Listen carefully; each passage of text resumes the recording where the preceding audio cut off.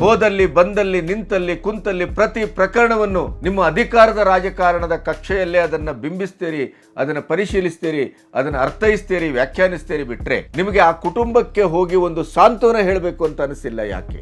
Vote ಬರಬೇಕಾದ್ರೆ, vote ಕೇಳಬೇಕಾದ್ರೆ ಹೇಗೆ ಅವರು ಹೋಗಿ ಅವರಿಗೆ ಎಂಜಲು ಸೂರಿಸ್ತಾ ನಿಂತಿರ್ತೀರಿ, ಕಾಲಕ್ಕೆ ಕೈ ಮುಗಿತೀರಿ, ಮಕ್ಕಳನ್ನು ಕರ್ಕೊಳ್ತೀರಿ, ನೀವೇ ನಮ್ಮ ಆಪತ್ತು ಬಂದು, ನೀವೇ ನಮ್ಮ ದೇವರು ಅಂತ ಎಲ್ಲಾ ಅಸ್ತ್ರಗಳನ್ನು ಬಳಸ್ತೀರಿ. ಗೆದ್ದು ಮುಖ್ಯಮಂತ್ರಿ ಆದ್ಮೇಲೋ, ಗೆದ್ದು ಉಪಮುಖ್ಯಮಂತ್ರಿ ಆದ್ಮೇಲೋ, ಗೆದ್ದು ಸಚಿವರಾದ ಮೇಲೋ ನಿಮ್ಮ ಹಠಾಟೋಪ, ನಿಮ್ಮ ಸ್ವಭಾವ, ನಿಮ್ಮ ನಡೆ ನುಡಿ, ನಿಮ್ಮ ಮಾತು ಭಾಷೆ ಎಲ್ಲವೂ ಬಯಲಾಗ್ತದಲ್ಲ. ಈಗಾಗಲೇ ಪ್ರಿಯಾಂಕಾ ಖರ್ಗೆ ಅವರು ಹೇಳಿ ಆಗಿದೆ, ಈ ಪ್ರಕರಣದಲ್ಲಿ ನನ್ನ ಪಾತ್ರ ಇಲ್ಲ. ನಮ್ಮ ಪೊಲೀಸ್ ಇಲಾಖೆಯು ಕೂಡ ಹೇಳ್ತಾ ಇದೆ, ಪ್ರಿಯಾಂಕಾ ಖರ್ಗೆ ಅವರ ಪಾತ್ರ ಕಂಡು ಬರ್ತಾ ಇಲ್ಲ. ಮತ್ತೆ ಯಾವ ಕರ್ಮಕ್ಕೆ ತನಿಖೆ ಮಾಡ್ತೀರಿ? ಹಿಂದೊಂದು ಕಾಲದಲ್ಲಿತ್ತು ರೈತರ ಆತ್ಮಹತ್ಯೆ ಅಂತ ಬರ್ತಾ ಇತ್ತು. ಈಗ ಗುತ್ತಿಗೆದಾರರ ಆಮೇಲೆ ಅಧಿಕಾರಿಗಳ ಆತ್ಮಹತ್ಯೆಯ ಸರಣಿ ಆರಂಭ ಆಗಿದೆ ನಿಮ್ಮ ಸರ್ಕಾರದಲ್ಲಿ. ಕಾಂಗ್ರೆಸ್ ಆಡಳಿತದಲ್ಲಿ ಒಂದೋ ನೀವು ಭ್ರಷ್ಟಾಚಾರಕ್ಕೆ ಒಗ್ಗಿಕೊಳ್ಳಬೇಕು, ಅವರು ಹೇಳಿದ ಫೈಲಿಗೆ ಸಿಗ್ನೇಚರ್ ಹಾಕಬೇಕು, ಅವರು ಹೇಳಿದ ಪಟಾಲಂಗಳ ಕೆಲಸಗಳು ನಡೀತಾ ಇರಬೇಕು. ಇಲ್ಲದೇ ಇದ್ದರೆ ಅವರ ಮೇಲೆ ಹಿಂಸೆ, ಅವ್ರ ಮೇಲೆ ಒತ್ತಡ, ಅವ್ರು ಎಷ್ಟರ ಮಟ್ಟಿಗೆ ಅಂತಂದ್ರೆ ಅವರು ಆತ್ಮಹತ್ಯೆಗೆ ಮುಂದಾಗ್ತಾರೆ ಅಂತ ಆದ್ರೆ ಎಷ್ಟು ಹಿಂಸೆ ಪಟ್ಟಿರಬೇಡ. ಎಂತ ಕಠಿಣ ನಿರ್ಧಾರ ಅದು.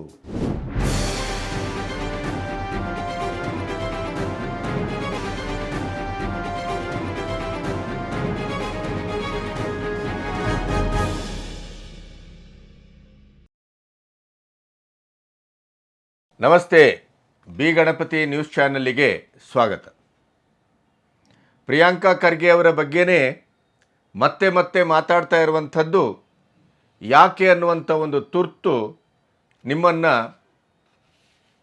ಕಾಡಬಹುದು ಅಥವಾ ಅರ್ಥೈಸಿಕೊಳ್ಳುವಂಥ ಒಂದು ಪ್ರಕ್ರಿಯೆಗೂ ನಿಮ್ಮನ್ನು ಮುಂದೆ ಮಾಡಬಹುದು ಅಂತ ನಾನು ನಂಬ್ತೇನೆ.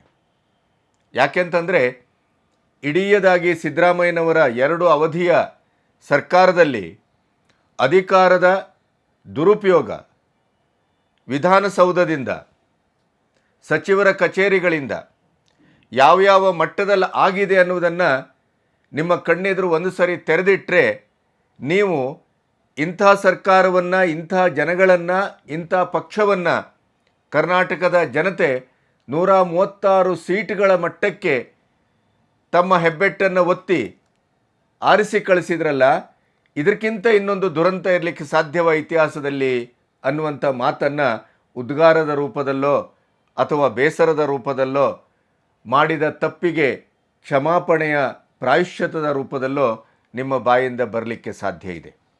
ಯಾಕೆಂತಂದರೆ ಅಂಥ ಒಂದು ದುರ್ವ್ಯವಹಾರವನ್ನು, ದುಷ್ಟತನವನ್ನು ಜನಸಮುದಾಯದೊಟ್ಟಿಗೆ ಮತ್ತು ಆಡಳಿತಾತ್ಮಕ ವ್ಯವಸ್ಥೆಯ ಒಳಾವರಣದಲ್ಲಿ ಕಾಂಗ್ರೆಸ್ ಸರ್ಕಾರ ತನ್ನ 2 ಅವಧಿಯಲ್ಲಿ ಮಾಡಿದೆ ಅನ್ನೋದಕ್ಕೆ ಬೇಕಾದಷ್ಟು ಸಾಕ್ಷ್ಯಗಳು ಸಿಗ್ತವೆ. ಸಚಿನ್ ಹಂಚಾಳ ಅವರ ಆತ್ಮಹತ್ಯೆಯ ಪ್ರಕರಣ ದಿನಕ್ಕೊಂದು ತಿರುವನ್ನು ಪಡ್ಕೊಳ್ತಾ ಇದೆ. ಇಲ್ಲಿ 2 ಬಹಳ ಮುಖ್ಯವಾದಂಥ ವಿಚಾರಗಳನ್ನು ನಿಮ್ಮೊಟ್ಟಿಗೆ ಚರ್ಚಿಸಿ ಆಮೇಲೆ ಇದರ ಆಡಳಿತಾತ್ಮಕ ವ್ಯವಸ್ಥೆಯಲ್ಲಿ ತನಿಖೆ ಅನ್ನುವಂಥ ಒಂದು ಬೃಹತ್ ನಾಟಕ ಹೇಗೆ ನಡೀತಾ ಇದೆ, ತನಿಖೆಗೂ ಮೊದಲೇ ತೀರ್ಪಿನ ಒಂದು ಅಂಚಿಗೆ ಸರ್ಕಾರ, ಮುಖ್ಯಮಂತ್ರಿ, ಗೃಹ ಮಂತ್ರಿಗಳು ಎಲ್ಲರೂ ಬಂದು ಹೇಗೆ ನಿಂತಿದ್ದಾರೆ, ಪ್ರಿಯಾಂಕಾ ಖರ್ಗೆ ಅವರನ್ನು ಹೇಗೆ ರಕ್ಷಿಸುವಂಥ ಒಂದು ಹೂಟ ಕೂಟ ಬಲೆ ಬೀಸಲಾಗಿದೆ ಅನ್ನೋದನ್ನು ನಿಮ್ಮೊಟ್ಟಿಗೆ ಹಂಚ್ಕೋಬೇಕು. ಅಲ್ಲಿಯವರೆಗೆ ನನ್ನ ಚಾನಲನ್ನು ನೀವು ಈವರೆಗೂ ಮಾಡದೇ ಇದ್ದಿದ್ರೆ ದಯವಿಟ್ಟು ಸಬ್ಸ್ಕ್ರೈಬ್ ಮಾಡಿ, ಬೆಲ್ ಐಕಾನ್ ಒತ್ತಿ ಮತ್ತು ಸ್ವತಂತ್ರ ಪತ್ರಿಕೋದ್ಯಮಕ್ಕೆ ಆರ್ಥಿಕವಾಗಿಯೂ ನಮ್ಮೊಟ್ಟಿಗೆ ಬೆಂಗಾವಲಾಗಿ ನಿಲ್ಲಿ. ನೋಡಿ, ಈ ಪ್ರಕರಣ ಕೇವಲ ರಾಜಕೀಯದ ಮೇಲಾಟಕ್ಕೆ ಪ್ರಮುಖವಾಗಿ ಕಾರಣ ಆದ ಹಾಗೆ ಕಾಣುತ್ತೆ. BJPಯವರು ಪ್ರಿಯಾಂಕಾ ಖರ್ಗೆ ಅವರ ರಾಜೀನಾಮೆಗೆ ಪಟ್ಟು ಹಿಡಿದಿದ್ದಾರೆ. ಅದರ ಜೊತೆಗೆ CBI ತನಿಖೆ ಆಗಬೇಕು ಅನ್ನುವಂಥ ಹಠವನ್ನು ಹೊತ್ತಿದ್ದಾರೆ. 3ನೇ ತಾರೀಕಿನವರೆಗೆ ವೇಟ್ ಮಾಡ್ತೇವೆ, 4ನೇ ತಾರೀಕಿಗೆ ಕಲಬುರಗಿಯ ಪ್ರಿಯಾಂಕಾ ಖರ್ಗೆ ಅವರ ಮನೆಯನ್ನು ಮುತ್ತಿಗೆ ಹಾಕ್ತೇವೆ, ರಾಜ್ಯಾದ್ಯಂತ ಪ್ರತಿಭಟನೆ ಮಾಡ್ತೇವೆ. ಈಗಾಗಲೇ ಬಾಳಂತಿಯರ ಸಾವಿನ ಪ್ರಕರಣಕ್ಕೆ ಸಂಬಂಧಪಟ್ಟು ಗುಂಡೂರಾವ್ ಮತ್ತು ಲಕ್ಷ್ಮೀ ಹೆಬ್ಬಾಳ್ಕರ್ ಅವರ ನಿರ್ಲಕ್ಷ್ಯದ ಬಗ್ಗೆ ಜಿಲ್ಲಾವಾರು ಪ್ರತಿಭಟನೆಯನ್ನು BJP ಹಮ್ಮಿಕೊಂಡಿದೆ. ಈ ಮಧ್ಯೆಯೂ ಬರ್ತಾ ಇರುವಂಥ ಸುದ್ದಿ ಇನ್ನಿತರ ಏನು ಅಶೋಕ್ ಇರ್ಬೋದು, ವಿಜಯೇಂದ್ರ ಇರ್ಬೋದು, ಛಲವಾದಿ ಇರ್ಬೋದು, ಈ ರೀತಿಯ ಮುಖಂಡರುಗಳ ಮೇಲೆ ಹೈಕಮಾಂಡು ತೀವ್ರವಾಗಿ ಮುನಿಸಿಕೊಂಡಿದೆ. ದಿನಕ್ಕೊಂದು ಪ್ರಕರಣವನ್ನು ತಾನಾಗಿ ಕಾಂಗ್ರೆಸ್ಸು BJPಯವರ ಕೈಗೆ ಅಸ್ತ್ರವಾಗಿ ಒಪ್ಪಿಸಿದರೂ ಕೂಡ ಆ ಅಸ್ತ್ರಶಸ್ತ್ರಗಳನ್ನು ಕೈಚೆಲ್ಲುವ ಕೆಲಸವನ್ನು BJP ಮುಖಂಡರು ನಿರಂತರವಾಗಿ ಮಾಡ್ತಾ ಇದ್ದಾರೆ.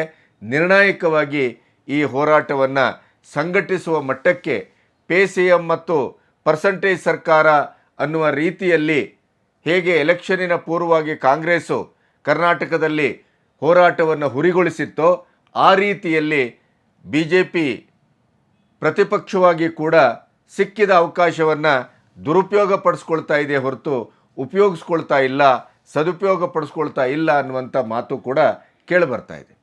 ಇದರ ಮಧ್ಯೆ ಸಚಿನ್ ಅವರ ಈ ಆತ್ಮಹತ್ಯೆಯ ಪ್ರಕರಣ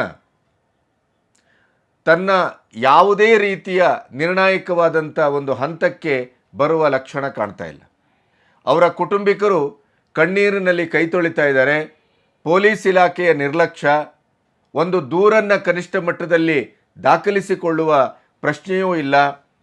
ಹಾಗೆಯೇ ಪ್ರಿಯಾಂಕಾ ಖರ್ಗೆ ಅವರ ಬಗ್ಗೆ ಅವರ ರಾಜೀನಾಮೆ ಕೊಡ್ತಾರೋ ಬಿಡ್ತಾರೋ, ತನಿಖೆ ಆಗತ್ತೋ ಬಿಡುತ್ತೋ, ಆ ತನಿಖೆಯ ಸೂತ್ರ ಸಂಧಾನ ಏನು ಅದೆಲ್ಲವನ್ನು ಮಾತಾಡುವ ಮೊದಲು ಒಬ್ಬ ಸಾರ್ವಜನಿಕ ವ್ಯಕ್ತಿ, ಜನರಿಂದ ಆಯ್ಕೆಯಾದಂಥ ವ್ಯಕ್ತಿ, ಜನನಾಯಕ, ತನ್ನ ಕ್ಷೇತ್ರ ಮತ್ತು ತನ್ನ ಒಡನಾಡಿ, ತನ್ನೊಟ್ಟಿಗೆ ನಿರಂತರವಾದಂಥ ಸಂಪರ್ಕ ಇಟ್ಟುಕೊಂಡಂಥ ವ್ಯಕ್ತಿ, ಗುತ್ತಿಗೆ ವ್ಯವಹಾರದಲ್ಲಿ ಬದುಕನ್ನು ಸಾಗಿಸ್ತಾ ಇರುವಂಥ ಸಚಿನ್, ಇದೇ ಪ್ರಿಯಾಂಕಾ ಖರ್ಗೆ ಅವರ ಆಪ್ತನ ಬೆದರಿಕೆಗೆ 5 ಲಕ್ಷದಿಂದ 10 ಲಕ್ಷ, ಕೊನೆಗೆ 1 ಕೋಟಿ ಸುಪಾರಿ ಕಿಲ್ಲರ್ ಮೂಲಕ ನಿನ್ನನ್ನು ಕೊಲ್ಲಿಸ್ತೇನೆ, ಈ ರೀತಿಯ ಎಲ್ಲ ಪ್ರಪೋಗಾಂಡಗಳನ್ನು ಮಾಡಿ ಅವನನ್ನು ಭಯಭೀತಗೊಳಿಸಿ ಹಿಂಸೆಗೆ ಒಳಮಾಡಿ ಕೊನೆಗೂ ಸಚಿನ್ ಆತ್ಮಹತ್ಯೆಗೆ ಮುಂದಾಗಿದ್ದಾನೆ. ಡೆತ್ ನೋಟಲ್ಲಿ ಸಚಿವರ ಆಪ್ತ ಅಂತ ಬರೆದದ್ದನ್ನು ಯಾವ ಸಚಿವ ಅಂತ ಭಾವಿಸಬೇಕು? ಹಾಗಾದರೆ ಈ ಸಾಕ್ಷಿ ಸಾಕಾಗುವುದಿಲ್ವೇ? ಇದು ಜನರ ಪ್ರಶ್ನೆ. ಇಂಥ ಒಂದು ಪರಿಸ್ಥಿತಿಯಲ್ಲಿ ಅದರ ಬಗ್ಗೆ ವಿಶ್ಲೇಷಣೆ ಬೇಕಾದಷ್ಟು ನಡೀತಾ ಇದೆ. ಆದರೆ ನನ್ನ ಪ್ರಶ್ನೆ ಇರುವುದು, ಕನಿಷ್ಠ ಮಟ್ಟದಲ್ಲಿ ಅವರೂ ನಿಮಗೆ ವೋಟ್ ಹಾಕಿದ್ದಾರೆ, ನಿಮ್ಮ ಕ್ಷೇತ್ರದ ಜನ. ಒಂದು ಕುಟುಂಬ ತನ್ನ ಆಧಾರ ಸ್ತಂಭವನ್ನು ಕಳ್ಕೊಂಡಿದೆ, ಒಂದು ಕುಟುಂಬ ದುಡಿಯುವ ಒಬ್ಬ ವ್ಯಕ್ತಿಯನ್ನು ಕಳ್ಕೊಂಡಿದೆ, ಹಸಿಯಾಗಿ ಬಾಳಬೇಕಾದಂಥ ಒಬ್ಬ ಮನುಷ್ಯ ತನ್ನ ಯುವ ವಯಸ್ಸಿನಲ್ಲಿ ಆತ್ಮಹತ್ಯೆಗೆ ಶರಣಾಗಿದ್ದಾನೆ. ನಿಮ್ಮದೇ ವಿಡಿಯೋ ಈಶ್ವರಪ್ಪನವರ ಸಂತೋಷ್ ಪ್ರಕರಣದಲ್ಲಿ ನೀವೇ ಹೇಳಿದ್ದು, ಒಬ್ಬ ವ್ಯಕ್ತಿ ಆತ್ಮಹತ್ಯೆಗೆ ಮುಂದಾಗ್ತಾನೆ ಅಂತಾದರೆ ಅವನು ಎಷ್ಟು ಹಿಂಸೆ ಪಟ್ಟಿರಲಿಕ್ಕಿಲ್ಲ, ಎಂಥ ಕಠಿಣವಾದ ನಿರ್ಧಾರ ಅದು, ಬದುಕಿನಲ್ಲಿ ಎಷ್ಟು ಜಿಗುಪ್ಸೆಗೆ ಹೊಂದಿರಲಿಕ್ಕಿಲ್ಲ, ಎಷ್ಟು ನೊಂದಿರಲಿಕ್ಕಿಲ್ಲ, ಈ ಥರದ ವ್ಯಾಖ್ಯಾನವನ್ನು ತಾವೇ ಮಾಡಿದ್ದು. ಅಂಥ ವ್ಯಕ್ತಿಯ ಮನೆಗೆ ಒಂದು ಭೇಟಿ ಕೊಡುವ, ಅವರ ಕುಟುಂಬವನ್ನು ಸಾಂತ್ವನಗೊಳಿಸುವ, ಒಂದು ಮಾತನಾಡುವ ಸೌಜನ್ಯವನ್ನು ಕನಿಷ್ಠ ಮಟ್ಟದಲ್ಲಿ ತಾವು ತೋರಲಿಲ್ಲ ಅಂತಾದರೆ, ಪ್ರತಿಯೊಂದು ಹಂತದಲ್ಲೂ ರಾಜಕೀಯವನ್ನು, ಪ್ರತಿಯೊಂದು ಹಂತದಲ್ಲೂ ಕುರ್ಚಿ ಉಳಿಸುವಿಕೆಯೇ ನನ್ನ ಪ್ರಧಾನ ಕರ್ತವ್ಯ ಅನ್ನುವ ರೀತಿಯಲ್ಲಿ ಹುಂಕರಿಸಿ ಬೊಬ್ಬಿರಿದು ಬಟ್ಟೆ ಹರ್ಕೊಳ್ಳಿ, ಅದು ಹರ್ಕೊಳ್ಳಿ, ಇದು ಹರ್ಕೊಳ್ಳಿ, ಇದಕ್ಕಿತ್ಕೊಳ್ಳಿ, ಅದಕ್ಕಿತ್ಕೊಳ್ಳಿ ಅನ್ನುವಂಥ ಅಶ್ಲೀಲ ಮಾತುಗಳನ್ನು, ಅನ್ಪಾರ್ಲಿಮೆಂಟರಿ ವರ್ಡ್ಗಳನ್ನು ಬಳಸ್ತಾ ದರ್ಪ ದುರಹಂಕಾರ ತೋರಿಸ್ತಾ ಇದ್ದೀರೇ ಹೊರತು ನಿಮ್ಮ ಹೃದಯದ ಒಂದು ಕವಾಟ ಇವತ್ತಿನವರೆಗೂ ತೆರ್ಕೊಳ್ಳಿಲ್ವಲ್ಲ, ನಿಮ್ಮ ಹೃದಯ ಅರಳುವುದೇ ಇಲ್ವಲ್ಲ, ನಿಮಗೊಂದು ಕನಿಷ್ಠ ಮಟ್ಟದ ಮಾನವೀಯತೆಯ ಒಂದು ನಡೆ ನುಡಿಯು ನಿಮ್ಮಲ್ಲಿ ಇಲ್ವಲ್ಲ. ಹೋದಲ್ಲಿ ಬಂದಲ್ಲಿ ನಿಂತಲ್ಲಿ ಕುಂತಲ್ಲಿ ಪ್ರತಿ ಪ್ರಕರಣವನ್ನು ನಿಮ್ಮ ಅಧಿಕಾರದ ರಾಜಕಾರಣದ ಕಕ್ಷೆಯಲ್ಲೇ ಅದನ್ನು ಬಿಂಬಿಸ್ತೀರಿ, ಅದನ್ನು ಪರಿಶೀಲಿಸ್ತೀರಿ, ಅದನ್ನು ಅರ್ಥೈಸ್ತೀರಿ, ವ್ಯಾಖ್ಯಾನಿಸ್ತೀರಿ. ಬಿಟ್ಟರೆ ನಿಮಗೆ ಆ ಕುಟುಂಬಕ್ಕೆ ಹೋಗಿ ಒಂದು ಸಾಂತ್ವನ ಹೇಳಬೇಕು ಅಂತ ಅನಿಸಿಲ್ಲ. ಯಾಕೆ? ಅಷ್ಟರ ಮಟ್ಟಿಗೆ ರಾಜಕೀಯ ಅನ್ನೋದು ನಿರ್ಲಜ್ಜತೆಗೆ, ನಿಷ್ಕರುಣತೆಗೆ, ಅಮಾನುಷತೆಗೆ ಒಳಗಾಯಿತೆ. ನಿಮ್ಮ ಕ್ಷೇತ್ರದ ಜನ, ನಿಮ್ಮ ಒಡನಾಡಿಗಳ ಜನ, ನಿಮ್ಮ ಆಪ್ತರೇ ಅವನನ್ನು ಈ ಅವಸ್ಥೆಗೆ ತಂದಿದ್ದಾರೆ ಅನ್ನೋದಕ್ಕೆ ಡೆತ್ ನೋಟ್ ಸಾಕ್ಷಿ ಇದೆ. ಇಂಥ ಪರಿಸ್ಥಿತಿಯಲ್ಲೂ ಕೂಡ ರಾಜಕೀಯ ಮಾಡ್ತಾನೆ ಕೂತಿದ್ದೀರಿ ಹೊರತು ಪ್ರಿಯಾಂಕಾ ಖರ್ಗೆ ಅವರೇ, ನೀವು ನಿಮ್ಮ ಮತದಾರನ ಬಗ್ಗೆ ಇಷ್ಟು ಕೀಳು ಅಭಿರುಚಿನ, ಇಷ್ಟು ಅಮಾನುಷ್ಯವಾದಂಥ ವರ್ತನೆ, ಎಲ್ಲಿ ನೋಡಿದರೂ ರಾಜಕೀಯವೇ ಅಂತಿಮ ಅಸ್ತ್ರನಾಗಾದರೆ ಮಾನವೀಯತೆ, ಸಂಬಂಧ, ಒಡನಾಟ, ಕ್ಷೇತ್ರ, ನಮ್ಮ ಜನ ಅನ್ನುವಂಥ ಯಾವ ಭಾವವೂ ಇಲ್ಲವೇ? ಓಟು ಬರಬೇಕಾದ್ರೆ, ಓಟು ಕೇಳಬೇಕಾದ್ರೆ ಹೇಗೆ ಅವರು ಹೋಗಿ ಅವರಿಗೆ ಎಂಜಲು ಸೂರಿಸ್ತಾ ನಿಂತಿರ್ತೀರಿ, ಕಾಲಕ್ಕೆ ಕೈ ಮುಗಿತೀರಿ, ಮಕ್ಕಳನ್ನು ಕರ್ಕೊಳ್ತೀರಿ, ನೀವೇ ನಮ್ಮ ಆಪತ್ತು ಬಂದು, ನೀವೇ ನಮ್ಮ ದೇವರು ಅಂತ ಎಲ್ಲ ಅಸ್ತ್ರಗಳನ್ನು ಬಳಸ್ತೀರಿ. ಗೆದ್ದು ಮುಖ್ಯಮಂತ್ರಿ ಆದಮೇಲೋ, ಗೆದ್ದು ಉಪಮುಖ್ಯಮಂತ್ರಿ ಆದಮೇಲೋ, ಗೆದ್ದು ಸಚಿವರಾದ ಮೇಲೋ ನಿಮ್ಮ ಹಠಾಟೋಪ, ನಿಮ್ಮ ಸ್ವಭಾವ, ನಿಮ್ಮ ನಡೆ ನುಡಿ, ನಿಮ್ಮ ಮಾತು, ಭಾಷೆ ಎಲ್ಲವೂ ಬಯಲಾಗ್ತದಲ್ಲ. ಒಬ್ಬ ಯುವ ರಾಜಕಾರಣಿಯಾಗಿ ನಿಮ್ಮ ಸುದೀರ್ಘವಾದ ರಾಜಕಾರಣವನ್ನು ಇನ್ನು ಮುಂದೆ ಭಾಳಷ್ಟು ಮಾಡಲಿಕ್ಕಿದೆ. ಅಂಥ ಒಂದು ಸ್ಥಿತಿಯಲ್ಲಿ, ಸಂಕ್ರಮಣ ಸ್ಥಿತಿಯಲ್ಲಿ ನಿಂತಂಥ ತಮ್ಮಿಂದ ಇಂಥ ಒಂದು ನಡತೆಯನ್ನು, ಇಂಥ ಒಂದು ಪ್ರತಿಕ್ರಿಯೆಯನ್ನು, ಪ್ರತಿಸ್ಪಂದನವನ್ನು ರಾಜ್ಯದ ಜನತೆ ನಿರೀಕ್ಷೆ ಮಾಡಬೇಕೇನೋ? ನಿಮ್ಮ ಆಪ್ತ ಅನ್ನುವಂಥ ಹೆಸರಲ್ಲಿ ದಾಖಲಾಗಿದೆ. ನಿಮಗೆ ಅಷ್ಟರ ಮಟ್ಟಿಗೆ ನನ್ನ ಇನ್ವಾಲ್ವ್ಮೆಂಟ್ ಇಲ್ಲ, ನಾನು ಅದರಲ್ಲಿ ಯಾವುದೇ ರೀತಿಯಲ್ಲೂ ಪಾಲ್ಗೊಂಡಿಲ್ಲ, ನನ್ನ ಆಪ್ತರೋ ನನ್ನೊಟ್ಟಿಗೆ ಫೋಟೋ ತೆಗೆಸ್ಕೊಂಡವರೋ ಯಾರ್ಯಾರೋ ಏನೇನೋ ಕಾರಣರಾದರು ಅಂತ ಯಾವ್ಯಾವುದೋ ಘಟನೆ ನಡೆದರೆ ಅದಕ್ಕೆ ನನ್ನನ್ನು ಯಾಕೆ ನೀವು ಗುರಿ ಮಾಡ್ತೀರಿ ಅನ್ನುವಂಥ ನಿಮ್ಮ ಮಾತಲ್ಲಿ ಸತ್ಯವೇ ಇದ್ದದ್ದಾದರೆ, ನಿಷ್ಕಾಮ ಪ್ರಜ್ಞೆಯಿಂದ ಒಬ್ಬ ಜನಪ್ರತಿನಿಧಿಯಾಗಿ ನಿಮ್ಮ ಕ್ಷೇತ್ರದ ಒಬ್ಬ ಜನ ಆತ್ಮಹತ್ಯೆ ಮಾಡಿಕೊಂಡಾಗ ನೀವು ಅವರ ಮನೆಗೆ ಹೋಗಿ ಸಾಂತ್ವನ ಮಾಡ್ಬೋದಿತ್ತಲ್ಲ, ಅವರಿಗೇನೆ ಹೇಳ್ಬೋದಿತ್ತಲ್ಲ, ಇದರಲ್ಲಿ ನನ್ನ ಪಾತ್ರ ಇಲ್ಲ, ನನ್ನ ಆಪ್ತ ಅನ್ನುವಂಥ ವ್ಯಕ್ತಿ ಪಾತ್ರ ಇದೆ ಅಂತ ಗೋಚರಿಸ್ತಾ ಇದೆ, ಅದಕ್ಕೆ ಸ್ಪಷ್ಟವಾದ ತನಿಖೆಗೆ ನಾವು ಮುಂದಾಗ್ತೇವೆ, ನೀವೇನೂ ಭಯಪಡಬೇಡಿ, ನಾನು ನಿಮ್ಮೊಟ್ಟಿಗಿದ್ದೇನೆ ಅನ್ನುವಂಥ ಮಾತನ್ನು ನೀವು ಯಾಕೆ ಹೇಳಲಿಲ್ಲ? ಅಂದರೆ ರಾಜಕೀಯ ಇಷ್ಟು ಕ್ರೂರವಾಗಿದೆ, ರಾಜಕೀಯವೇ ಅಂತಿಮವಾಗಿದೆ, ನಿಮಗೆ ಮನುಷ್ಯತ್ವದ ಯಾವ ಪ್ರಜ್ಞೆಯೂ ಇಲ್ಲ ಅಂತಾಯಿತು. ಅದರ ಜೊತೆಗೆ ಇದರ ಆಚೆಗೆ ಹೋದರೆ BJPಯವರು CBI ತನಿಖೆಗೆ ಯಾಕೆ ಒಳಪಡಿಸಬೇಕು ಅಂತ ಹೇಳ್ತಾ ಇದ್ದಾರೆ ಅನ್ನೋದಕ್ಕೆ ತಾಜಾ ಉದಾಹರಣೆ. ಸ್ವತಃ ಮುಖ್ಯಮಂತ್ರಿಗಳೇ ಕೇಳ್ತಾರೆ, ಎಲ್ಲಿದೆ ಸಾಕ್ಷಿ? ಪ್ರಿಯಾಂಕಾ ಖರ್ಗೆ ಅವರ ಹೆಸರಿದೆಯಾ ಡೆತ್ ನೋಟಲ್ಲಿ ಅಂತ ಕೇಳ್ತಾರೆ. ಪ್ರಿಯಾಂಕಾ ರಾಜೀನಾಮೆ ತಗೊಳ್ಳಲಾಗಾದ್ರೆ ಅವ್ರು ಡಿಮ್ಯಾಂಡ್ ಮಾಡ್ತಿರೋದು ಬಿಜೆಪಿ ರಾಜೀನಾಮೆ ಕೊಡಬೇಕು ಅಂತ, ಯಾವುದೇ ಕಾರಣಕ್ಕೂ ತಗೊಳ್ಳಲ್ಲ. ಏನಾದ್ರು ಎವಿಡೆನ್ಸ್ ಇರ್ಬೇಕಲ್ಲ ಸರ್, ಹೊಸ ವರ್ಷ ಏನಾದ್ರು ಎವಿಡೆನ್ಸ್ ಇರ್ಬೇಕಲ್ಲ. ಏನೂ ಎವಿಡೆನ್ಸ್ ಇದ್ದೇನೆ, ಡೆತ್ ನೋಟ್ನಲ್ಲಿ ಅವರು ಇಲ್ಲಿ ಹೆಸರು ಇದ್ದೇನೆ, ರಾಜೀನಾಮೆ ತಗೊಳ್ಳಿ ಅಂತಂದ್ರೆ ಮತ್ತೆ ಏನಂತ ಯಾಕೆ ರಾಜೀನಾಮೆ ಕೊಡಬೇಕು ಅಂತ ಹೇಳಿದ್ರೆ ಅವ್ರ ಹೆಸರು ಇಲ್ಲ, ಅವ್ರದ್ದೇನು ಪಾತ್ರ ಇಲ್ಲ, ಅವ್ರ ಮೇಲೆ ಏನು ಎವಿಡೆನ್ಸ್ ಇಲ್ಲ, ರಾಜೀನಾಮೆ ಕೊಡಬೇಕು ಅಂತಂದ್ರೆ ಏನು ಯಾಕೆ ಕೊಡಬೇಕು? ಈಶ್ವರಪ್ಪ ಇದರಲ್ಲಿ ಈಶ್ವರಪ್ಪನ ಹೆಸರು ಬರೆದಿದ್ದು ಇವನ ಹೆಸರು ಇದೆಯಾ? ಡೆತ್ ನೋಟ್ನಲ್ಲಿ ಇವನ ಹೆಸರು ಇದೆಯಾ? ಪ್ರಿಯಾಂಕ್ ಖರ್ಗೆ ಹೆಸರು ಎಲ್ಲೂ ಕೂಡ ಇಲ್ಲ. ಸಿದ್ದರಾಮಯ್ಯನವರೇ, ಆಪ್ತ ಸಚಿವರ ಅಥವಾ ಸಚಿವರ ಆಪ್ತ ಈ ಶಬ್ದ ಏನನ್ನ ಸೂಚಿಸ್ತದೆ ಆ ಕ್ಷೇತ್ರದ ಒಳಗಡೆ? ಅದು ಪ್ರಿಯಾಂಕಾ ಖರ್ಗೆ ಅಂತ ಸೂಚಿಸ್ತದೋ, ಸಿದ್ದರಾಮಯ್ಯ ಅವರಂತ ಸೂಚಿಸ್ತದೋ, ಜಾರಕಿಹೊಳಿ ಅಂತ ಸೂಚಿಸ್ತದೋ, ಯಾರನ್ನ ಸೂಚಿಸ್ತದದು? ಕ್ಷೇತ್ರ ಅವ್ರದ್ದು, ಕ್ಷೇತ್ರದ ಉಸ್ತುವಾರಿ ಅವ್ರದ್ದು, ಸಚಿವರವರು, ಸಚಿವರ ಆಪ್ತ ರಾಜು ಅಂತ ಬಂದಾಗ ಅವರು ಯಾವ ಸಚಿವರ ಆಪ್ತರು ಅನ್ನುವಂಥ ಪ್ರಶ್ನೆ ಹುಟ್ಕೊಳ್ಳೋದಿಲ್ವೇ? ಹುಟ್ಕೊಳ್ಬಾರ್ದೆ? ಅದು ಸಾಲದೆ? ಈ ರೀತಿಯ ಒಂದು ಸೂಕ್ಷ್ಮತೆಯನ್ನು ತಾವು ಕಳ್ಕೊಂಡಿದ್ದೀರಿ ಅಂತ ನಾವು ಭಾವಿಸಬೇಕೇನೋ? ತಾವು ಸ್ವತಃ ವಕೀಲರು, ಕೋರ್ಟಲ್ಲಿ ಇದೇ ಕೇಸನ್ನು ಇಟ್ಕೊಂಡು ನೀವು ನಿಂತರೆ, ಇದೇ ಸಚಿವರ ಆಪ್ತ ರಾಜು ಅನ್ನುವಂಥ ಹೆಸರು ಬಂದಾಗ ನೀವು ಯಾವ ರೀತಿ ಅದನ್ನು ವಾದಿಸ್ತಾ ಇದ್ರಿ? ಇಂಥದ್ದೆಲ್ಲ ಗೊತ್ತಿದ್ದು ಕೂಡ ಒಬ್ಬ ಮುಖ್ಯಮಂತ್ರಿಯಾಗಿ CID ತನಿಖೆ, COD ತನಿಖೆ, ಆ ತನಿಖೆ, ಈ ತನಿಖೆ ಅಂತ ಗೋಬೆ ಕೂರಿಸ್ತಾ ಪ್ರಿಯಾಂಕಾ ಖರ್ಗೆ ಅವರನ್ನು ನಿರ್ದೋಷಿ ಅಂತ ತಾವೇ ಘೋಷಿಸ್ತಾ ಇದ್ದೀರಿ. ಶ್ರೀಯುತ ಪ್ರಿಯಾಂಕಾ ಖರ್ಗೆ, ಮಲ್ಲಿಕಾರ್ಜುನ ಖರ್ಗೆ ಅವರ ಮಗ, ಇಂಥ ಕ್ಷೇತ್ರ, ವಯಸ್ಸಿಷ್ಟು, ಗಂಡು, ಈ ರೀತಿಯ ಒಂದು ಬೈಫರ್ಕೇಟ್ ಮಾಡಿ ಡೆತ್ ನೋಟ್ ಬರೆಯಬೇಕಿತ್ತೇನು? ಡೆತ್ ನೋಟ್ ಅದರ ಅರ್ಥ ಏನು?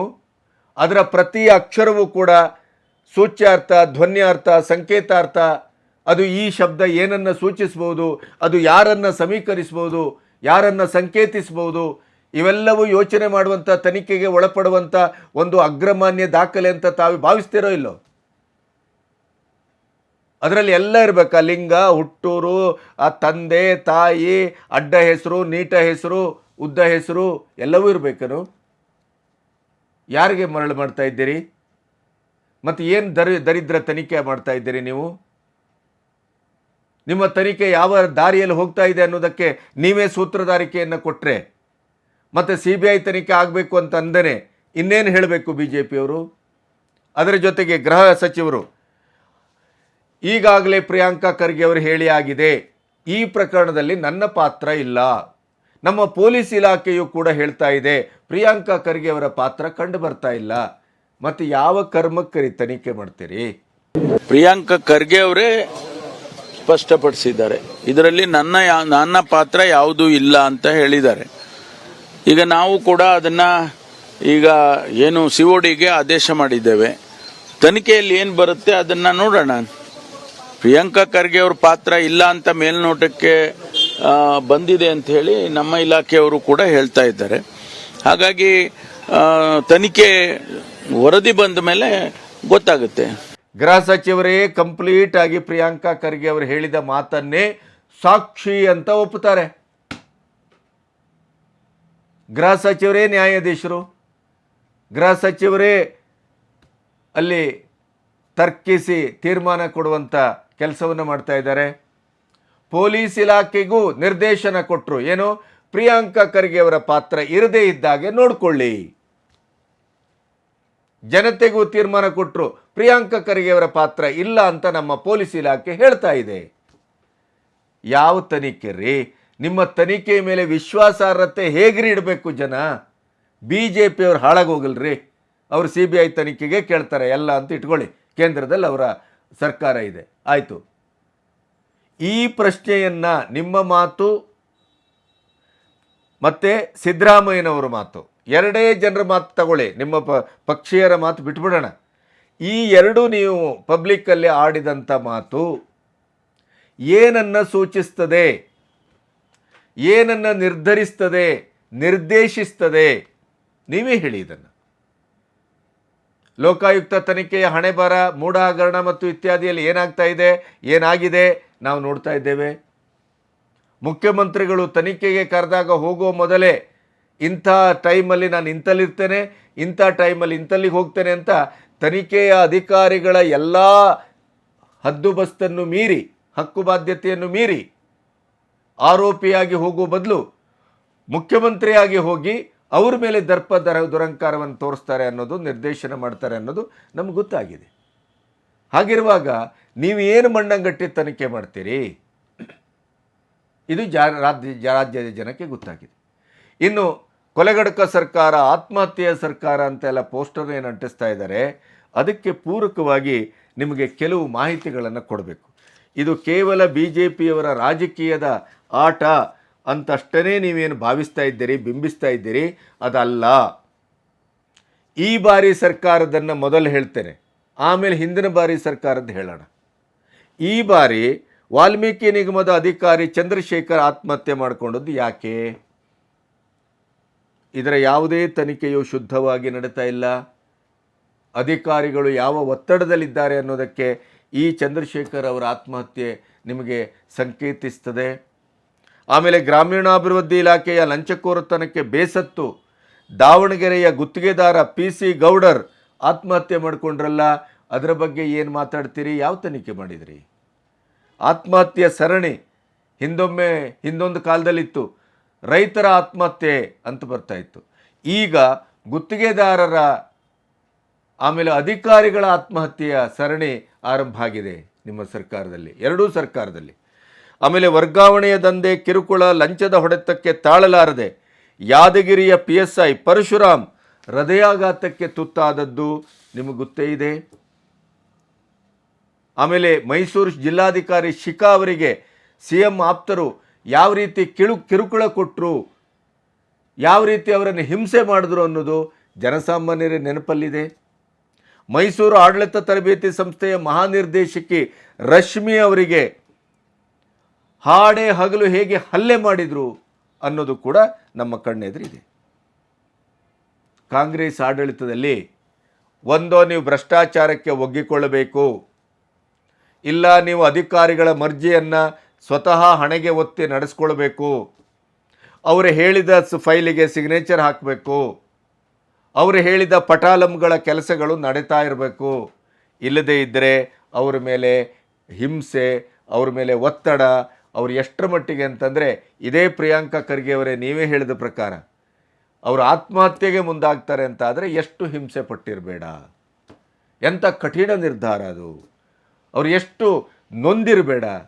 ಅಂದರೆ ನಿಮ್ಮ ಸರ್ಕಾರ ಈ ಅಧಿಕಾರಿಗಳಿಗೆ ಅಥವಾ ಗುತ್ತಿಗೆದಾರರಿಗೆ ಈ ಥರದ ಕಿರುಕುಳವನ್ನು, ಒತ್ತಡವನ್ನು ನಿರಂತರವಾಗಿ ಕೊಡ್ತಾರೆ ಅನ್ನೋದಕ್ಕೆ ಇದು ಸಾಕ್ಷಿ. ಅದಕ್ಕಾಗಿಯೇ ನಿಮ್ಮ ಗುತ್ತಿಗೆದಾರರೊಬ್ಬರು ಹೇಳಿದ್ದಾರೆ, ಅದನ್ನೆಲ್ಲ ನಿಮ್ಮ ಎದುರಿಡ್ತೇವೆ, ಸಾಕ್ಷಿಗಳನ್ನು ಇಟ್ಕೊಂಡೇ ಮಾತಾಡ್ತೇವೆ. ಈಗಾಗಲೇ ಬೇರೆ ಬೇರೆ ಕಡೆ ಟಿ ವಿಗಳೆಲ್ಲ ಅದು ಬಂದೂ ಇದೆ. 2 ವರ್ಷಗಳಿಂದ ಅಂದರೆ ಸಿದ್ದರಾಮಯ್ಯನವರ ಈ 2ನೇ ಬಾರಿ ಅಧಿಕಾರದ ಈ 2 ವರ್ಷಗಳಲ್ಲಿ ನಮಗೆ 1 ರೂಪಾಯಿ ಪೇಮೆಂಟ್ ಮಾಡಿಲ್ಲ, ಸತಾಯಿಸ್ತಾ ಇದ್ದಾರೆ. ಕೇಳಲಿಕ್ಕೆ ಹೋದರೆ 40% ಲಂಚವನ್ನು ಕೇಳ್ತಾರೆ. ಅವರೇ ಗುತ್ತಿಗೆದಾರರೇ ಹೇಳಿದ್ದಾರೆ ನೋಡಿ. ಅಂದರೆ ಪೇ ಸಿ ಎಂ 40% ಸರ್ಕಾರ ಅಂತ ನೀವೇನು ಅಧಿಕಾರಕ್ಕೆ ಬಂದ್ರಿ, ಆದರೆ ನಿಮ್ಮ ಸರ್ಕಾರದಲ್ಲಿ ಈಗ ಏನಾಗ್ತಾ ಇದೆ ಇದನ್ನು ಈಗ ನಾವು ಗಮನಿಸಬೇಕಾಗಿದೆ. ಇನ್ನು ಹಿಂದಿನ ಸರ್ಕಾರ 2013ರಿಂದ 2018 ಆವಾಗ ಏನಾಗಿತ್ತು? ಕೋಲಾರದ DC DK ರವಿ ಆತ್ಮಹತ್ಯೆ ಅಂತಾಯಿತು, ಕೊಲೆ ಅಂತಾಯಿತು. ಅದರದ್ದು ಯಾವುದೇ ನಿರ್ಣಾಯಕವಾದಂಥ ಹಂತಕ್ಕೆ ತನಿಖೆ ಬಂದಿಲ್ಲ. ಕಲಬುರಗಿಯ ಪೊಲೀಸ್ ಅಧಿಕಾರಿ ಮಲ್ಲಿಕಾರ್ಜುನ್ ಬಂಡೆ ಹತ್ಯೆ ಆಯ್ತಲ್ಲ, ಅದರ ಬಗ್ಗೆ ಏನು ಮಾಡಿದ್ರಿ? ಯಾವ ನಿರ್ಣಯಾತ್ಮಕವಾದಂಥ ತನಿಖೆ ಬಂದು ಮುಟ್ಟಿತು ಗೊತ್ತಿಲ್ಲ. ಅನ್ನಭಾಗ್ಯ ಹಗರಣದ ಸಾಕ್ಷ್ಯ ಸಂಗ್ರಹಿಸಿದ IAS ಅಧಿಕಾರಿ ಅನುರಾಗ್ ತಿವಾರಿ ಉತ್ತರ ಪ್ರದೇಶದಲ್ಲಿ ಅನುಮಾನಾಸ್ಪದವಾಗಿ ಸಾವಾಯಿತು, ಕೊಲೆ ಮಾಡಲಾಯಿತು. ಹೂವಿನ ಹಡಗಲಿಯ DYSP ಆಗಿದ್ದಂಥ ಅನುಪಮಾ ಶೆಣೈ ಇವರ ಅಧಿಕಾರದ ಕಿರುಕುಳಕ್ಕೆ ಎಷ್ಟರ ಮಟ್ಟಿಗೆ ಮನನೊಂದರು ಅಂತಂದರೆ, ಕಷ್ಟಪಟ್ಟು ಇಂಥ ಒಂದು ಹುದ್ದೆಗೆ ಬಂದಂಥ ಹೆಣ್ಮಗಳು ಆ ಹುದ್ದೆಯನ್ನೇ ತ್ಯಜಿಸಿ ಹೋಗಬೇಕಾಯ್ತು. ಯಾವ ಸರ್ಕಾರ ನಡೆಸ್ತಾ ಇದ್ದೀರಿ? ಇಷ್ಟಾಗಿಯೂ ಕಾಂಗ್ರೆಸ್ಸಿಗರು ಇದು ಸುಭಿಕ್ಷ ಸರ್ಕಾರ ಅಂತಾರೆ. ಬಿಟ್ಟಿ ಭಾಗ್ಯಗಳಿಂದ ಏನಾಗಿದೆ ಗೊತ್ತು ನಿಮಗೆ. ಹಿಮಾಚಲ ಸರ್ಕಾರದಲ್ಲಿ ಈಗ ಇವರದೇ ಕಾಂಗ್ರೆಸ್ನವರು ಆರ್ಥಿಕ ದಿವಾಳಿತನ ಯಾವ ಮಟ್ಟಕ್ಕೆ ಬಂದಿದೆ ಅಂದರೆ, ವಿದ್ಯುತ್ತಿಗೆ ಸಬ್ಸಿಡಿ ಕೊಟ್ಟದ್ದನ್ನೇ ಈಗ ವಾಪಸ್ ತಗೊಂಡಿದ್ದಾರೆ. ಇಲ್ಲಿ ಯಾವ ರೀತಿ ಇದೆ ಅಂದರೆ, BJP ಸರ್ಕಾರದಲ್ಲಿ ಜಿಲ್ಲೆಗೊಂದು ಗೋಮಾಳಕ್ಕೆ ಏನು ಮಂಜೂರಾತಿಯನ್ನು ಕೊಟ್ಟು ಹಣ ಬಿಡುಗಡೆ, ಅದರ ಪ್ರತ್ಯೇಕವಾಗಿ ಬಿಡುಗಡೆ ಮಾಡಿತ್ತೋ, ಆ ಗೋಮಾಳದಲ್ಲಿ ಯಾವ್ಯಾವುದೆಲ್ಲ ಈಗ ಹೊಸತಾಗಿ ಆಗಿರಲಿಲ್ವೋ ಅದನ್ನೆಲ್ಲ ಕ್ಯಾನ್ಸಲ್ ಮಾಡಿ ಅದರ ದುಡ್ಡನ್ನು ಈಗಾಗಲೇ ಚಾಲ್ತಿಯಲ್ಲಿರುವ ಗೋಮಾಳಕ್ಕೆ ಕೊಡ್ತೇವೆ ಅಂತ. ಅಂದರೆ ಆರ್ಥಿಕ ಪರಿಸ್ಥಿತಿ ಅಂಥ ದಿವಾಳಿತನಕ್ಕೆ ಬಂದು ನಿಂತಿದೆ. ಅಧಿಕಾರಿಗಳ ಹಿಂಸೆ, ಆತ್ಮಹತ್ಯೆ, ಗುತ್ತಿಗೆದಾರರ ಆತ್ಮಹತ್ಯೆ, ಅಧಿಕಾರಿಗಳ ಮೇಲೆ ಕಿರುಕುಳ, ಹಲ್ಲೆ, ದಾಂಧಲೆ. ಅದೇ ಸಚಿವರಂತೂ ಅವರದೇ ಮೂಗಿನ ನೇರಕ್ಕೆ ಯಾವ ರೀತಿ ವರ್ಕ್ ಬೇಕಾದ್ರೂ ಮಾಡ್ಬೋದು. ಭ್ರಷ್ಟಾಚಾರ ಹಾಡು ಹಗಲೇ ನಡೀತಾ ಇದೆ, ಲೈಸೆನ್ಸ್ಡ್. ಏನು ಮಾಡಲಿಕ್ಕೆ ಹೊರಟಿದ್ದೀರಿ ಪ್ರಿಯಾಂಕಾ ಖರ್ಗೆ ಅವರೇ? ಒಂದು ಕನಿಷ್ಠ ಮಟ್ಟದ ಒಂದು ಮಾನವೀಯತೆಯೂ ಇಲ್ಲ ನಿಮಗೆ. ಆ ಕುಟುಂಬಕ್ಕೆ ಒಂದು ಕಣ್ಣೀರು ಒರೆಸುವ ಕೆಲಸವನ್ನು ಒಬ್ಬ ಜನಪ್ರತಿನಿಧಿಯಾಗಿ ಮಾಡ್ತಾ ಇಲ್ಲ. ನೀವು ಮಾಡಿದ್ದೇ ಸರಿ ಅಂತ ವಾದಿಸ್ತಾ ಇದ್ದೀರಿ. ನಿಮ್ಮ ಇಡೀ ಪಟಾಲಮ ಮುಖ್ಯಮಂತ್ರಿಯಿಂದ ಹಿಡಿದು ಗೃಹ ಮಂತ್ರಿಯವರೆಗೆ ನಿಮ್ಮನ್ನು ರಕ್ಷಣೆಗೆ ನಿಂತಿದೆ. ಇದು ಜನತಂತ್ರ ವ್ಯವಸ್ಥೆನಾ? ಇದು ಪ್ರಜಾಪ್ರಭುತ್ವನಾ?